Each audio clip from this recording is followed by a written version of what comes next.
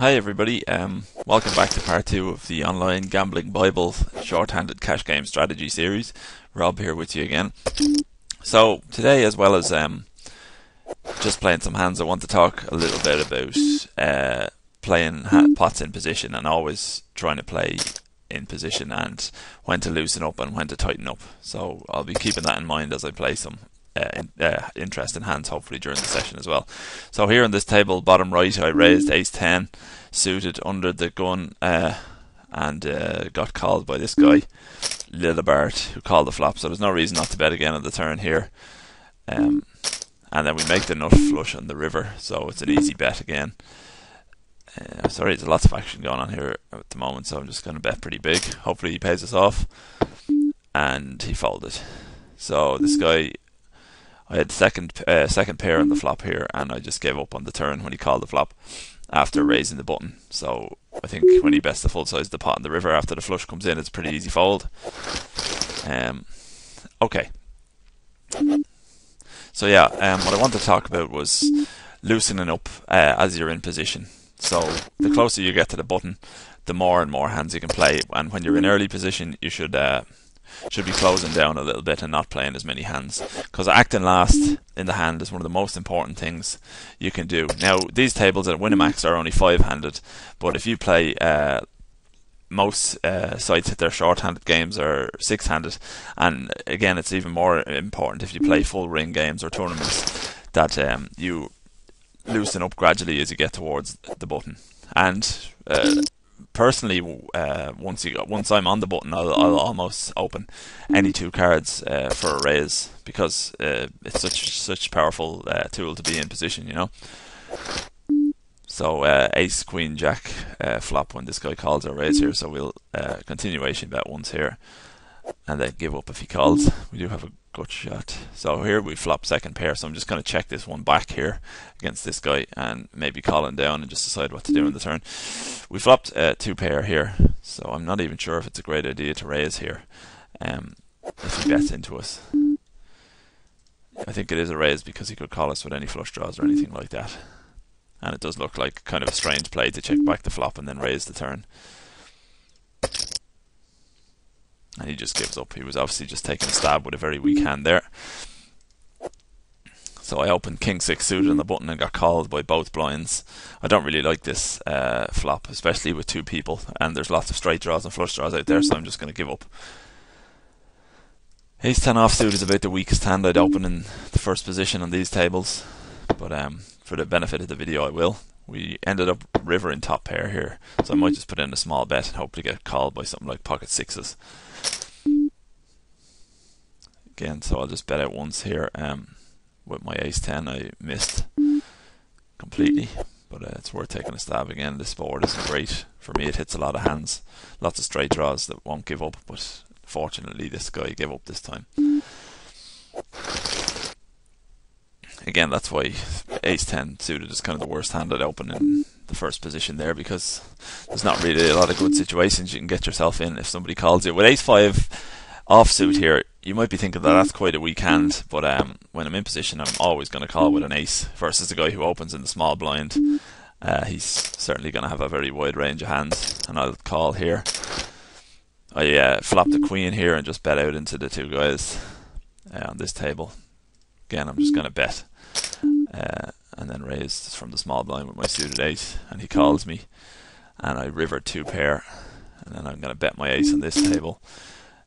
This is kind of thin-ish. No, it's not thin really. It's a definite bet. Probably a fold if he raises though. And he called me with nothing, king high. So he was a very suspicious player. I'm going to check back here with my weak ace, because I don't think I'll get called by a worse hand again. He could have a 9, but he also could have a queen. So it's an easy call, I think, on the river when he bets. Yeah, he had a queen. It was a bit of a stupid bet by him. So here, I'm going to bet again when I turn the flush draw.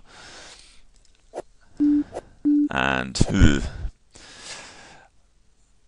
I think I'm just going to give up against this guy. He looks like the type of player that's just going to be calling lots and lots, and I think he could well have a king here, and I don't think he's ever folding a pair, and he might just check back if he has a flush draw that he missed. So I think I'll just check him and see what happens. obviously not going to call a bet. He had a reasonably good hand with tens. I don't think he would have folded the tens to a bet there, given he looks like a loose player. His voluntary put money in pot, if you looked at my last video, this V number here is 60, meaning he's playing 60% of his hands. 5-7 suited to a small raise, I'll call on the button. I'm going to re-raise ace queen because this guy looks like a regular player here. He's opening on the button, so it's a fairly easy re-raise. I flopped a flush draw and a gut shot straight draw here, so we'll definitely be continuing. Multi-way, I'm just going to call if the original raiser bets. And then I'm going to raise king queen suited. So we missed everything there. So I'm just going to call with my king queen here and see how it develops. He just bets 1, so we almost have the right odds, especially when he's got money behind him to continue. So I'm going to call here and hope to hit a 4 or a heart. And we hit a heart, so we'll just be calling a river bet as well. And then we river a full house, the top full house here against this guy. So we can make a small raise here and hope to get paid off by an 8 or something weird. And bet here with our flush. And he pays us off with an 8 on the top right hand table, so that was kind of a dubious play by him. I don't know if calling with an 8 there is going to be profitable in the long run. And on the bottom table, when we make the flush, our opponent folds, so that was a fairly straightforward hand. When he bets the turn there, he only bet half the pot, and we had both a straight draw and a flush draw, so we probably had like a 30% chance to win the pot, so we were getting almost the right odds to call directly. But when you factor in the money we might make him off him on the river, if we do make our hand, then it's a pretty clear call on the turn. So I'm happy enough with how that hand went. Again, that was another hand I think where we were in position, and the power of being in position benefited us and allowed us to control the size of the pot a little bit.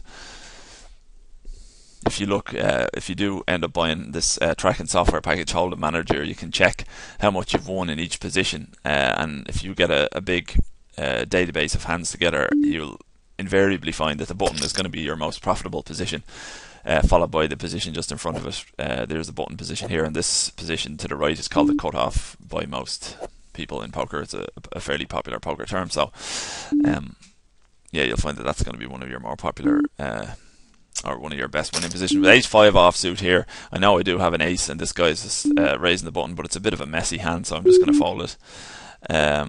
This guy seems like a pretty aggressive player, though he hasn't re-raised me before. And king jack, I mean, it's not really a great hand, because if he is kings, I'm in trouble.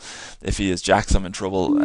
So I'd rather to continue with a hand like 7-8 suited here than king jack suited, especially because I don't know anything about this guy and I don't know how often he's re-raising, so I'm just going to fold. With my 5s here, I'm just going to try and check it down, but I've definitely noted that this Aqua 2B guy is has re-raised me once, and if he keeps at it, then I'm going to have to try and combat it somehow, and I'll start calling with hands like king jack when I have some information to suggest that he's re-raising with weak hands, which as yet I don't have. So with the 5s, really, there's nothing we can do but fold here. He's never betting it with a hand worse than 5s, and I don't believe he's ever bluffing either, so we'll just give that one up. Raise the button with ace-8, raise a small blind with pocket 9s, no problem. And then just bet the flop.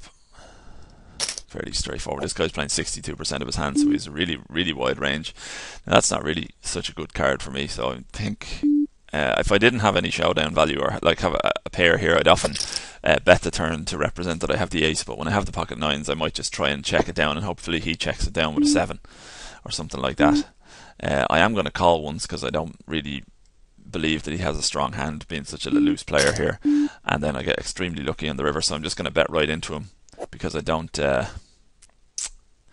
trust him to bet the river myself. And he gives up, so he was bluffing on the turn there. I'm just going to bet my pair for protection here when the small blind checks me after re-raising, and that's a pretty bad card, so I'm just going to check and hope to check it down in the river here. And he calls me with pocket 2s on the turn, which again is a pretty bad card, or sorry, a pretty bad call by him. Well, maybe not, I guess I could just be bluffing, so calling once there probably isn't too bad by him.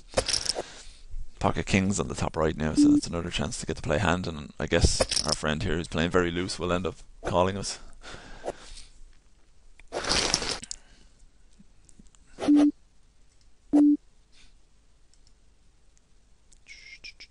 Just gonna continuation bet here. This guy seems to be playing aggressively and being kind of a reasonably decent player, so I don't expect to get as many folds from him as I would from other players, but he does give up.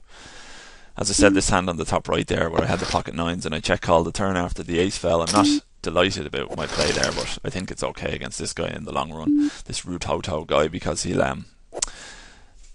was playing such a wide range of hands that, and he can be bluffing on the turn there an awful lot, or even just betting with a 7, not really knowing what he's doing. So I'm just not going to get involved with this Queen 5 hand here. Just going to give it to him. Can't win them all. I'm trying to always play very tight out of the blinds, because you're always going to be first to act. So there's no shame in folding like an offsuit ace, even if the small blind, or sorry, even if the button raises and you think you're way ahead of his button raising range. It's fine to fold weak offsuit aces and just look for a better spot and re-raise him with something like 6-7 offsuit or something like that, instead of getting involved with a hand like ace-3 offsuit that can get you in trouble. Just gotta fold my 3-10 offsuit here as well, and Queen 2. See, 8-9 offsuit would be a good hand to re-raise with here, out of the small blind, if any of these guys had a big stack that you could pressure them with, but they don't on this occasion, so I'm just going to give up. I'll check my 7-8 here, and even though I have an open ender and a flush draw, it's really not a very good hand, so I'm just going to check it down. Oh, now I've got an open ended straight flush draw, but still not going to get too funky with it. I'll call the 10 cents just for fun. This is probably a fold, but anyway, try and hit a 7 of diamonds or a queen of diamonds. Oh no, queen of diamonds is no good to me. Oh well, definitely should have folded there. Still, it was cheap. So I'm raising 6-7 offsuit on the button here, and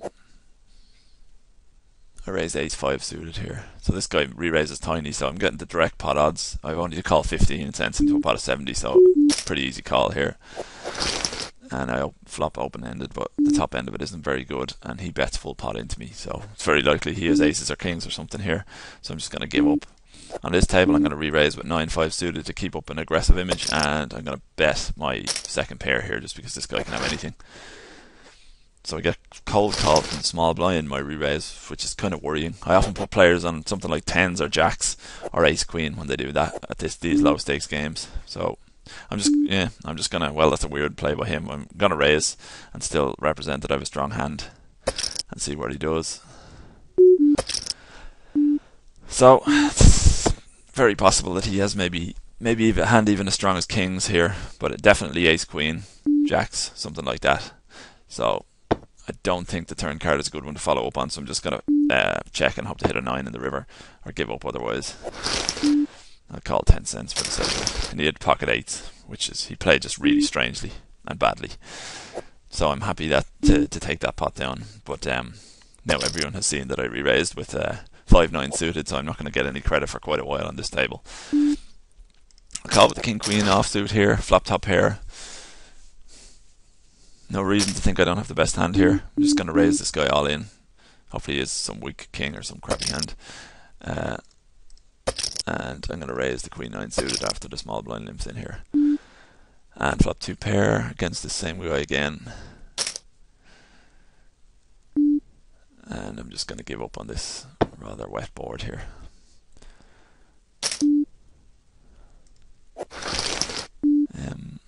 Yeah, so we got in plenty of interesting hands in this little video as well. I think I'm going to try and keep these videos to about the 15-minute mark or so, and we're coming up to that now, so I'm just going to play just maybe this jack 10 offsuit hand, and then I'll leave it at that.